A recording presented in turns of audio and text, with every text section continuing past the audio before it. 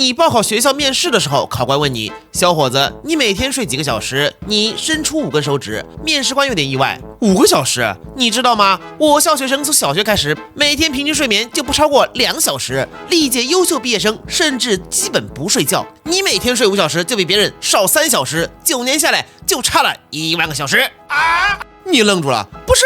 我记得我也挺努力的呀，这怎么就……没错，这是一个平行宇宙的赛博修仙世界。自从灵气复苏之后，各地就纷纷办起了修仙学校。如今的世界，仙人为尊，大家都在做了梦的想修仙，因为在大众观念里，只有踏上仙路才有出息。考上一个好修仙大学，找到一份好仙门工作，娶一个好道侣，生一个好仙娃，就是大部分家长对孩子的期待了。你的母亲也不例外，从小到大对你经常说的话就是：“小凡，你要好好学习，不要学隔壁家那个天天打游戏。”小凡，你看看人家孩子，你是不是又没努力？终于在母亲的鞭策下，你考上了你们乡镇的修仙初中第1名。可等你来到市中心的重点高中面试时，才发现原来差距这么大。这时面试官的声音把你拉回了现实。那高中课程你学了多少？提起这个你来劲儿了，我已经自学了高1。结果回应你的是一个皱眉。才高1？你不知道我们这上课的时候都默认学生已经学完了整个高中课程吗？那还上什么高中啊？而就在你不知所措之际，面试官一咳嗽，本校为了提升学习效率，防止早恋，要求所有学生入学前完成绝育手术，从此专心修行。这个你知道吗？连忙点头，终于不是知识盲区了，家里已经在准备了，开学前我一定完成，把激素保持在最宜上学水平。等你走后，面试官摇了摇头，初中了还没绝育，看来此子向道之心还不够坚定啊！还以为穷人会更努力一点，也许是我对他们期望过高了。然而今天也不止面试这一家学校，可那些个号称藤校的重点高中对你回复似乎都不太好。小凡同学，我们了解到你的家庭情况恐怕不足以负担学费，不过我们为贫困生提供了特惠的贷款服务，只要你愿意抵押一些不重要的器官就行。我们虽然是女校，但从来不歧视男性，只要你完成了性别转换手术，不但能入学，更会被认为道心坚硬的种子学生，有机会进入重点班学习元音练气术啊。可惜了，你距离我们的入学标准还是差了点。不过今年为了照顾贫困生，我们推出了一个特长生政策，你如果愿意放弃肉身，可以凭借魂修特长生的身份，在校长的人皇藩里学习。记一轮下来之后，你是真的无语了呀！这些藤校简直一个比一个离谱啊！然而等你到了普通高中，对方居然直接玩起了推销。同学，你这来对地方了，这里就适合你这种平民天才。我们这儿每天班主任都会给学生发放牛妖专用补剂，保证你们的修炼效果是原先10倍以上，就连空气循环系统中也都是神经兴奋剂，让你们再也无需睡眠。而这些你敢相信吗？都是免费的。当然了啊，想要承受这些功能补剂，必须要在我们指定的医院完成改造。放心，只需要植入一点小小的法器，提升你的代谢能力而已。这是具体项目表，等这一圈面试跑下来，回到家中你已经面如死灰。这明明自己在乡镇是全校第1呀，可来了市中心才发现差距居然这么大嘛！这时手机震动了一下，是妈妈的消息：儿子，你不要担心，不论你选绝育还是变性，手术的钱妈妈一定帮你凑齐。你没回复，呆呆看着天花板，这样的人生该何去何从啊？这会儿手机再次响了起来，一看消息，切，小带广告嘛，恐怕自己的面试资料已经被哪个学校卖了吧。但放下手机片刻后，又拿了起来，重新点开。当天夜里，妈妈加班回来后，就发现原本面如死灰的儿子已经恢复过来，正端坐桌前看书。放心，妈妈，我不会这么容易被打倒。我找了家仙道补习班，学费的事儿你不用担心，人家觉得我从小成绩就好，就给我暂时免了学费。要是我能进重点高中，他们就说学费不用还，全当帮他们做广告了。接下来的日子，妈妈看到你每天天不亮就出门上补习班，深夜回到家后还要学到2、3点，看着不断堆起的书籍，她欣慰笑了。儿子还是知道上进的，但看到那一盒盒药品，心里还是泛起疑惑。你解释，妈，从小到大，我已经比那些学霸少学了1万小时，再不努力，只会被他们越甩越远。那些神经兴奋填充剂能让我每天只需睡半个小时。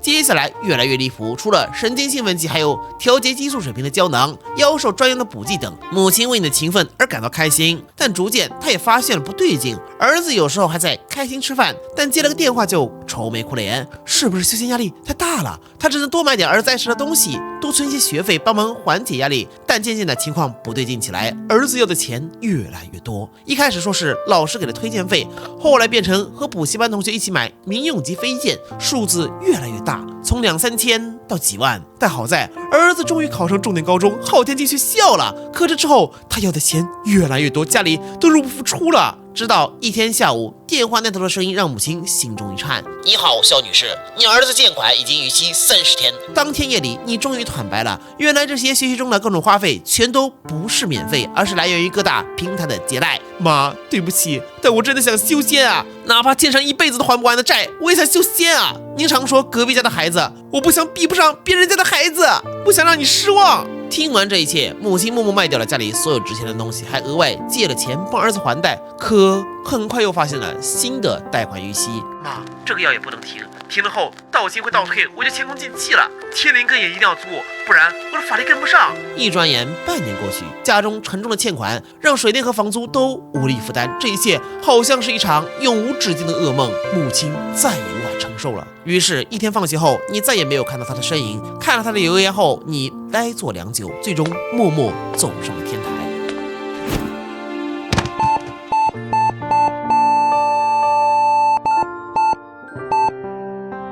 等你再睁开眼的时候，只感觉脑子里一阵刺痛。这里是……所以刚才的记忆是原主的，我穿越了。没错，你是一个穿越者。刚才还在家里看某 UP 主的视频，结果电视里突然出现一轮大运，你就感觉一时一黑。等再醒来，就是这个天台。刚才的记忆并不完整，在碎片化的信息里，你得知身体原主最近似乎沉迷于某种古怪仪式，看脸掌心有一个透明符号正在逐渐变黑，这是仪式带来的。等你回到记忆中的家，才发现这里简陋的要命。一看墙上几乎贴满了奖状，哟呵，身体原主还是个学霸，那开学还不错啊。突然手机响了起来，肖凡先生您好，您在我平台的借款已经逾期3天。等你挂掉电话后，打开短信，人都麻了。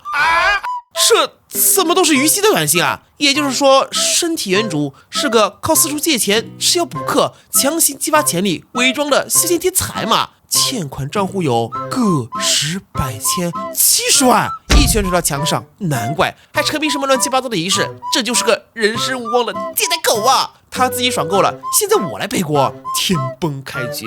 而你没有注意到的是，这会掌心那个符号已经默默填充到一半了。第二天，你照常去了学校，看了眼电子屏，高一年级总分第1名温雅贤，而你在第10名。早饭时间，大家都在排队，安静无比，就像一个个卡在一起的齿轮。刚坐下，就发现有个少女站在面前。没错，年级第1温雅贤，位于高一鄙视链顶端的女人。她淡淡开口：“吃完饭到小花园去，我在那里等。”说完转身就走。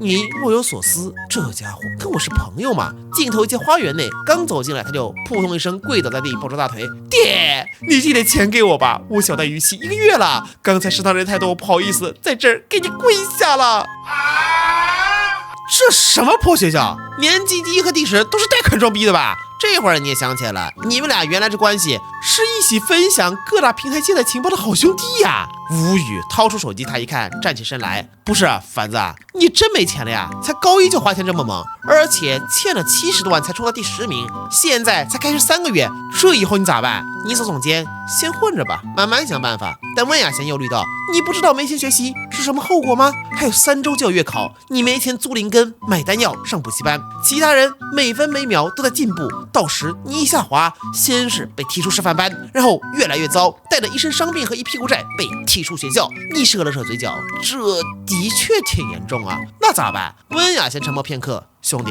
说实话，欠了70万才冲到第10名，你可能还真不适合仙道，要不还是退学打工去吧。等你上体育课的时候，来了一条消息，是温雅贤转账了500，先把水电费交了吧。你问身上，得几天没洗澡了。这会儿体育老师铁头道开始上课，同学们纷纷打出针管扎到身上，这些补剂会提升锻炼效率。没错，在这儿你可以1天不锻炼，但不能1天不扎针。优秀的学霸更是1天8针以上。看你迟迟没动静，铁头皱眉：“小凡，你这都几天没摘功能增强剂了？”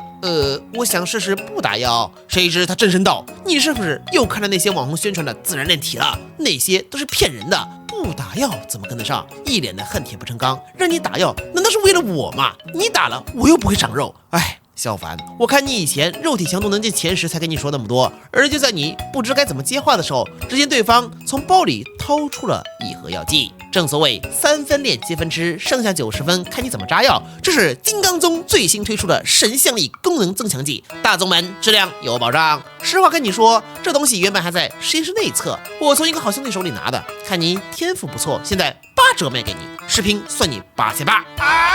不是，搞了半天是你在推销啊！找了点借口搪塞过去，实在买不起，身体也负担不了。看你推3阻4的，他冷哼一声，哼，那你好自为之。时间过得很快，等你到家的时候，给姐姐拨了个电话，姐，能借我点钱吗？对方先是一阵沉默，你们的事儿我都知道了，这是我们最后一次联系，自己欠下的债自己还。看在城市一家人的份上，我一会儿打给你500，足够你饿死前找到一份工作了。等电话挂断后，怔怔看着天花板，现在难道只剩下进场这条路了吗？突然这时只感觉掌心一阵刺痛，抬手一看，原来是那个符号填满了。与此同时，一道清脆女声响起：小子，请神仪式已经完成，该实现3个愿望了。转头一看，原来是一个布娃娃一样的东西。想起来了，这不就是身体原主搞的那个仪式吗？整理一下记忆，你知道神在这个世界可不是什么虚无缥缈的信仰，而是执掌了整个世界大大小小无数事物的管理者。正神肯定不是原主那个废柴请得到的，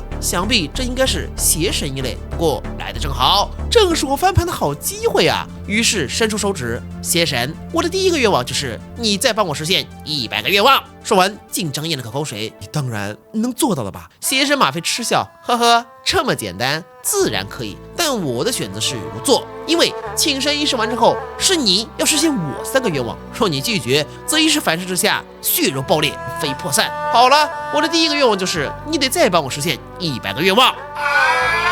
这都行啊！马飞慢悠悠道：“我的下一个愿望就是你帮我收集一批古董。放心，我都已经帮你找好了，清空一下购物车就行。你打开一看，这价格随便一个都上万啊！您看能不能换个愿望？我买不起。”马飞目光一凝，推3阻4，想赖账不成？买不起就去借，借不到就卖了心肝脾肺肾，总有你凑钱的办法。你深吸口气，可这样的话，实现这一个愿望，我就会死吧？那又如何？捏了口口水，硬着头皮道：“那你是选择现在就立刻失去一个能实现100个愿望的人，还是给我一些时间，让一个未来的大宗门弟子帮您买下古董，再一个个去实现呢？”哦，有点意思。继续，你深吸口气。所以，只有我好好学习，努力修行，考上名牌大学，毕业后加入大宗门，赚钱拿俸禄，就能实现您的愿望了。马飞沉默片刻后，邪恶威压猛然喷发：“你是说要好好读书，然后上班赚工资来实现我的愿望？你耍我啊！”你强忍颤抖双腿，我要是为您收集古董的时候死了，还怎么完成第一个愿望？如果明知这一点，却仍以必死的方式去完成，那岂不是故意不完成第一个愿望吗？这就等于违反仪式啊！所以努力读书、工作赚钱，是我目前唯一能想到实现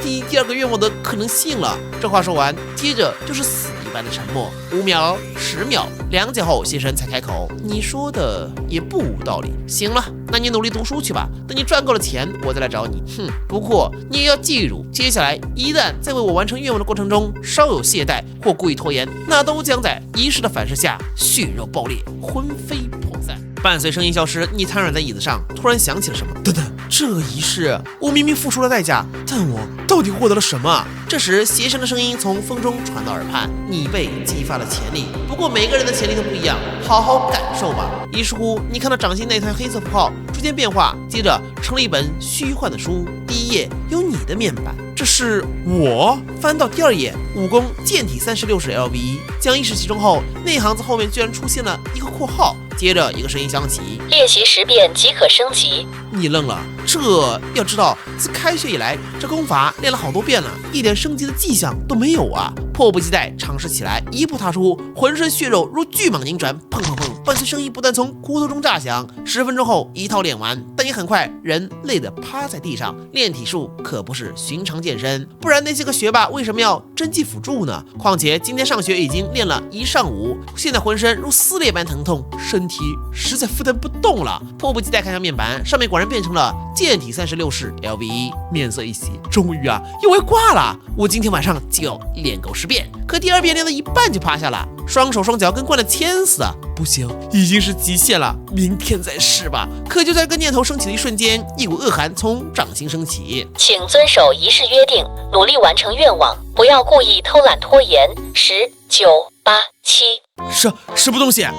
那股恶寒越来越强烈，不行，再这么下去，很可能身体要被撕碎的。5、仪式约定想起来了。4。不过你要记住，接下来一旦在为我完成愿望的过程中稍有懈怠或者故意拖延，那都将在仪式的反射下血肉爆裂，魂飞魄散。眼看的时间就要到了3、2。啊！一声惨叫，强忍着筋肉撕裂般的痛苦继续练习，而与此同时，那个声音也消失了。咬着牙练完第2遍，这具身体真的到极限了，浑身的每一寸血肉都不想动弹。可随之那股恶寒再次传来。请遵守意识约定，努力完成愿望。10、9、8。操，已经到极限了，我练不动了，我明天还要上课啊！但是倒计时还在无情继续，只能咬着牙。这天晚上第3遍、第4遍，一直到了第10遍。这期间，身体先是撕裂，再到针扎般疼痛，最后彻底麻木。与此同时，体内每一丝法力都被逼迫出来，而剑体36式也终于升到了 LV2，后面的进度也变成了0-20。